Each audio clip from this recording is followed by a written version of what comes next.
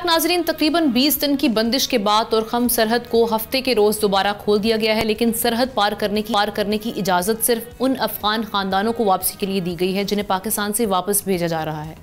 Immigration और security हुकाम के मुताबिक पैदल आमदोरफ्त और तजारती मूवमेंट की हवाले से ताहाल ये बताया जा रहा है कि ये मुअत्तल है और अगले हुक्म तक की बंद रहेगी। दूसरी तरफ वज़ीर दिफा ख्वाजा आसिफ ने अफगान तर्जुमान की गुमराह कुन बयानात पर रद्द-ए-अमल देते हुए कहा कि ये बयानात शर्मंगेज़ हैं। पाकिस्तानी अवाम को तालिबान हुकूमत के अज़ाइम या तर्ज अमल पर किसी किस्म का कोई धोखा नहीं।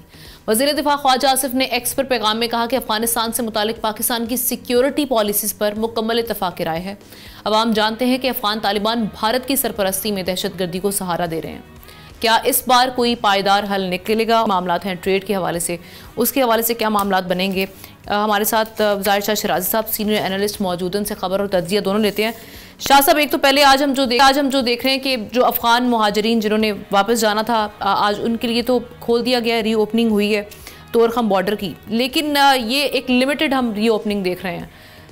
एक तो इस हवाले से बताइएगा, उसके हवाले से भी कोई मैकेनिज़्म तय किया गया था जो गुज़श्ता टॉक्स हुई हैं इस्तांबुल में, और जो आगे मज़ीद जो मामलात चलेंगे ट्रेड के हवाले से हों या पैदल आमदोरफ्त के हवाले से हों, तो उसके लिए जो मॉनिटरिंग का मैकेनिज़्म क्या होगा, साथ ही साथ ज़मानतें क्या, इस हवाले से भी आप समझ रहे हैं कि आगे चल के मामला तय पाएंगे?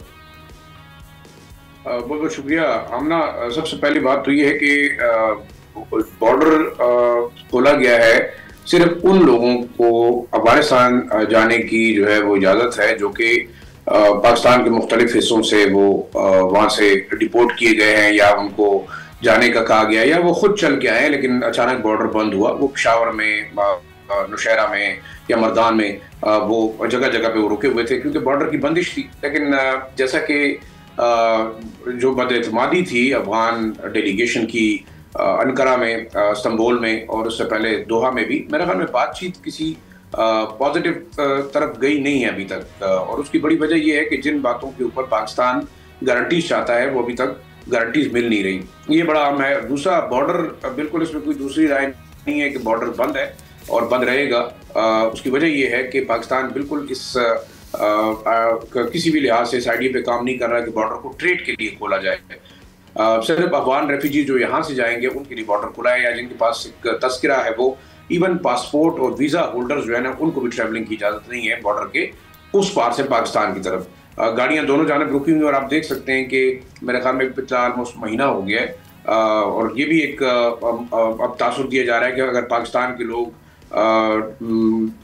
अंगूर, सेब और टमाटरों के बगैर ज़िंदगी गुजार सकते हैं तो मेरे ख्याल में कोई इतना बड़ा मसला नहीं है। अब तालिबान को सोचना चाहिए कि वो अपने अवाम की ज़िंदगी क्यों मुश्किल बना रहे हैं। साथ साथ बड़ी खबर ये भी एक है कि अफगानिस्तान के मुख्तलिफ जो इलाके हैं उसमें फिर एक दफ़ा ज़ल्ज़ला आया है और कभी के जो है मुश्किल सूरत हाल है बहुत सारी जगहों पर। रिपोर्ट्स आ रही हैं कि शायद डेथ्स भी हुई हैं। तो मेरे ख्याल में इस वक्त देखा जाए तो ना सिर्फ अंदरूनी तौर पे बल्कि इंटरनेशनली भी अफगान जो रिजीम है उसको एक अज़ाब की शक्ल में जो है वो अफगान हुकाम देख रहे हैं, अफगान लोग देख रहे हैं, जो अफगानिस्तान के अंदर के लोग हैं, ट्रेडर्स हैं, वो इंतहाई परेशान हैं। मुतालबात तो देखिए आ रहे हैं कि ट्रेड के लिए बॉर्डर खोला जाए, लेकिन हमारी प्रायोरिटी ट्रेड नहीं है। अगर अफगान तालिबान TTP या दहशतगर्दी के मामले के ऊपर पाकिस्तान के कंसर्न दूर नहीं करेगा, मेरे ख्याल में मसाइल खराब होते चलेंगे। अब आप कहेंगे जी बातचीत, मैं ये समझता हूँ कि जिस तरीके से ज़बीउल्लाह मुजाहिद या दूसरे जो अफगान लीडरशिप है वो स्टेटमेंट दे रही है, और एक बड़ी टेक्निकल चीज़ बताऊँ, ये स्टेटमेंट उनकी ज़्यादातर पश्तों में होती हैं।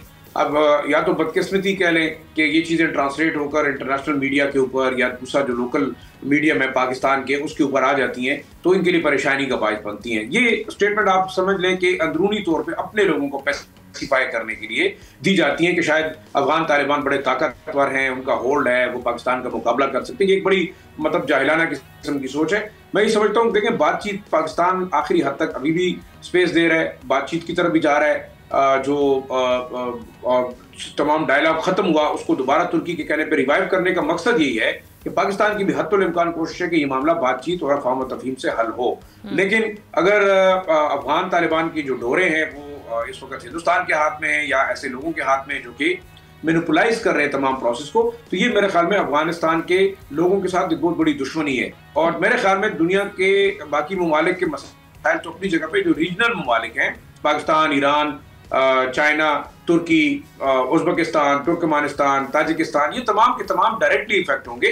और ये ममालिक इस राय पे नहीं मुत्तफिक हो रहे कि जंगबंदी ना हो। जंगबंदी होनी चाहिए, मसाइल हल होने चाहिए, बल्कि दहशतगर्दी के खिलाफ एक जॉइंट ऑपरेशन होना चाहिए इन तमाम ममालिक की जानिब से। थैंक यू सो मच दारशाह शराजी साहब, आपने इस हवाले से अपना तज्जिया पेश किया। सब्सक्राइब करें और बेल दबाएं ताकि कोई खबर रह न जाए।